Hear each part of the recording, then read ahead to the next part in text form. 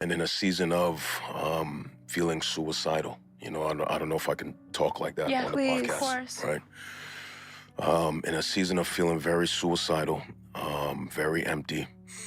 I had come to my apartment one day and was feeling very, very hopeless. I remember pulling out a shotgun, and I was sitting on the floor with a shotgun on my lap. And I didn't have the courage to pull the trigger. And so, I got a bottle of alcohol, and I drank that alcohol until I was drunk. And I remember raising the barrel of that shotgun to my chin. And at that time, I used to have locks. And this young lady used to twist my locks. She was a believer.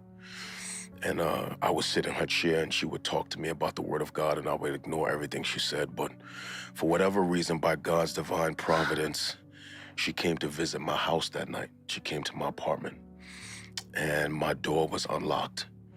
And I could see it now when she walked through the door, and she saw me sitting on the floor with that shotgun and tears in my eyes. And she walked over to me, and she sat down next to me, and she held my hand, and she didn't say one word, right? It was like just a ministry of presence.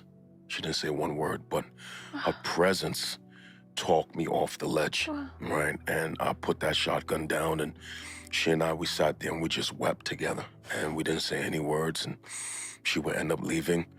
And sometime after that, in the same season, within a couple months or so, I'm living with my girlfriend. At the time, we move into an apartment, and she gets into this car accident, and she comes home, and she had some, semblance of Christianity, but she was still in the world. And she comes home from that car accident, and she puts on gospel music. And it was the first time in my life I'd ever heard gospel music. And she's worshiping the Lord and thanking him for protecting her in that car accident.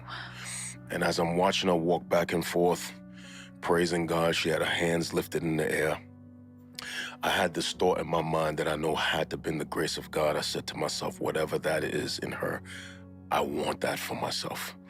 And so I crawl into that bathroom on my hands and knees, and I started yelling at God, and not really knowing that he existed beyond what my parents told me.